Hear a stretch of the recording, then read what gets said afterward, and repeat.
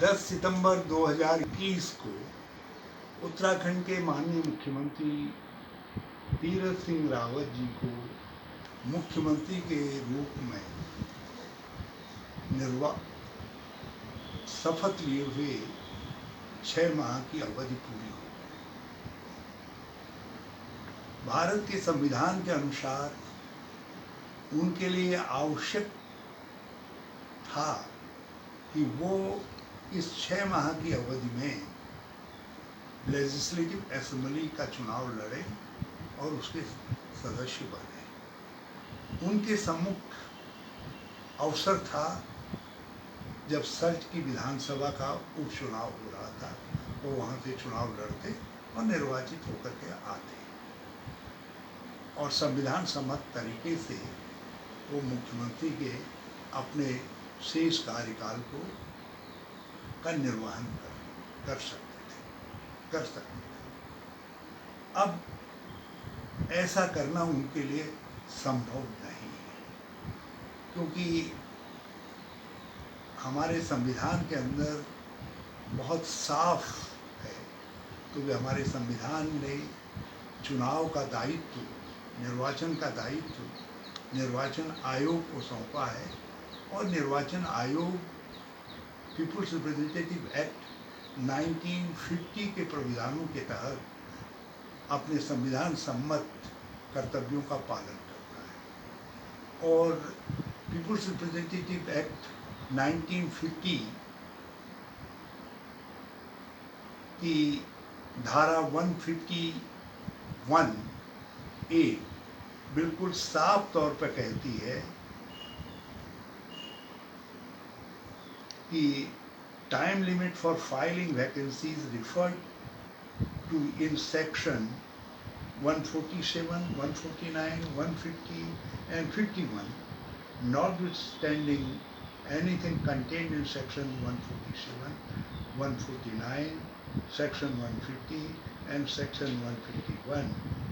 A by-election for filing any vacancies refer to in any of the said section shall be held within a period of 6 months from the date of the occurrence of the vacancy, provided that nothing contained in this section shall apply if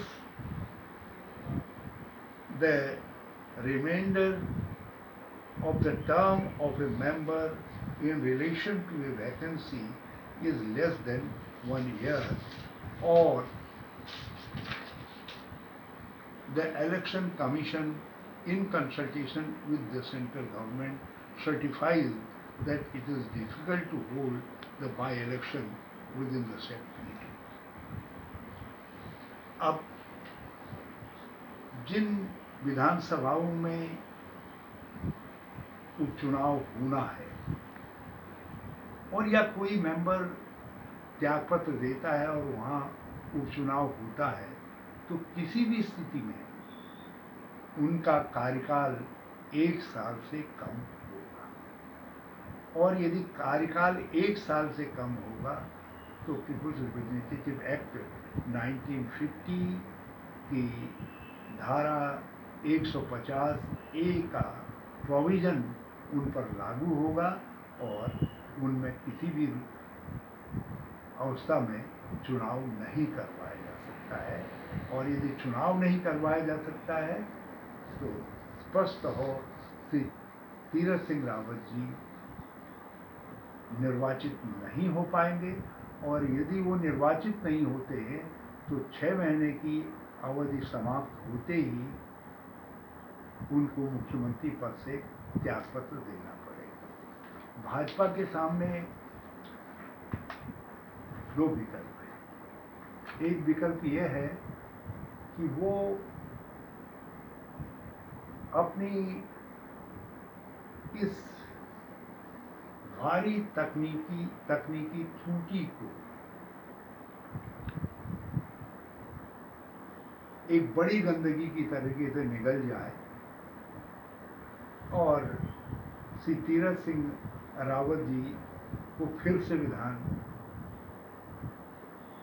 विधानमंडल दल का नेता चुन लें और मुख्यमंत्री पद की शपथ दिलाए। मगर ऐसा करने में बॉम्बे हाई कोर्ट का एक निर्णय, जिस निर्णय में साफ कहा गया है कि ऐसा करना मतलब किसी व्यक्ति को त्यागपत्र दिलवा करके फिर से मुख्यमंत्री बनाना कानून को विफल करना है, वो कानून की मूल भावना पर प्रहार है। तो इसका स्पष्ट अर्थ है कि कोर्ट में चुनौती होने की स्थिति में कि श्री तीरथ सिंह रावत फिर मुख्यमंत्री नहीं रह पाएंगे। दूसरी स्थिति है किसी नए व्यक्ति को मुख्यमंत्री चुन लें, जिसके लिए कई लोग नहा धो करके तैयार बैठे हुए हैं, कई लोग उसके लिए पूजा पाठ तंत्र मंत्र भी करवा रहे हैं भाजपा के अंदर। उनकी बाँछें खिली हुई हैं जब से ये समाचार लोगों में चर्चा में आया है। ये बातें लोगों के वाद विवाद का विषय बनी है, या राष्ट्रपति शासन लगा है। दोनों स्थिति में वो राज्य के अंदर एक बहुत ही असहज स्थिति पैदा करने, जिसको राजनीतिक अस्थिरता कहा जाता है, उसकी दोषी कहलाएगी। अब भारतीय जनता पार्टी पर जो हमारा आरोप था कि उसने उत्तराखंड की राजनीति में हमेशा अस्थिरता को प्रश्रय दिया है, अस्थिरता को थोपा है, वो और प्रभावी तरीके से चिपकता हुआ दिखाई दे रहा है।